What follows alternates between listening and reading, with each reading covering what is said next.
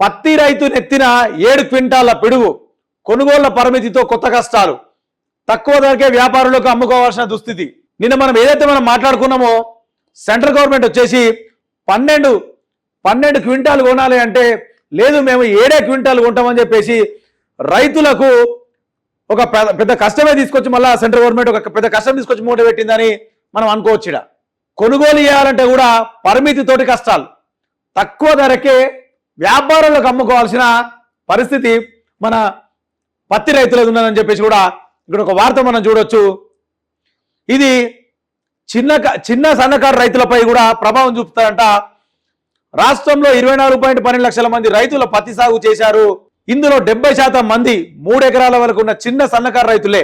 ఇప్పటి వరకు 7,705 మంది రైతుల నుంచి 119.89 కోట్ల విలువైన 15,229 టన్నుల పత్తిని మాత్రమే కొనుగోలు చేసింది సెంట్రల్ గవర్నమెంట్. సోమవారం 10,434 టన్నులు కొనగా కొత్తగా నిబంధన అమలులోకి వచ్చాక మంగళవారం 4,790 టన్నులు మాత్రమే కొన్నారు. 7 క్వింటాల చొప్పున మాత్రమే కొంటామని కూడా సిసిఐ అధికారులు చెప్పడంతో రైతులు చాలా ఆందోళన వ్యక్తం చేశారంట. ఇది రైతులకు ఒక పిడుగు లాంటి వార్తనే అని చెప్పాలి. మరి కొనుగోలు కేంద్రాలకు కొంటే అయిపోతుంది కదా, అది కొనకుండా ఈ అటమైన ఈ వర్షాలు ఎప్పుడు పడుతున్నాయో అర్థమవుతలేదు. ఇవి ఓ 2 రోజులు మంచిగా ఉంటుంది, 3వ రోజు చలికాలం స్టార్ట్ అవుతున్నా కూడా చలికాలం సగంగానికి వచ్చింది, అయినా ఈ వర్షాలు కొడుతూనే ఉన్నాయి. ఇంకా వర్షాలు కొడితే ఒక ఇది పరిస్థితి. 6 నెలలు కష్టపడి పండించిన పంట అమ్ముకుందామంటే చేతికి రాకుండా ఇట్లా తడిసిపోయి ఒక దంపతులు ఇద్దరు తడిసిన ధాన్యాన్ని తీసి కాపాడుకునే ప్రయత్నం చేస్తున్న ఫోటో కూడా మనం ఇక్కడ చూడొచ్చు. నేను మొన్ననే చెప్పిన రైతుల మీద ఇద్దరు పగబట్టిరు.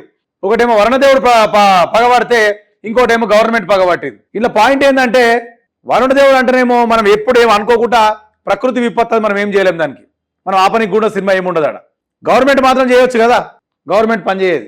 షేర్ చేయండి, లైక్ చేయండి, సబ్స్క్రైబ్ చేయండి. మరిన్ని వీడియోల కోసం బెల్ సింబల్ పై క్లిక్ చేయండి.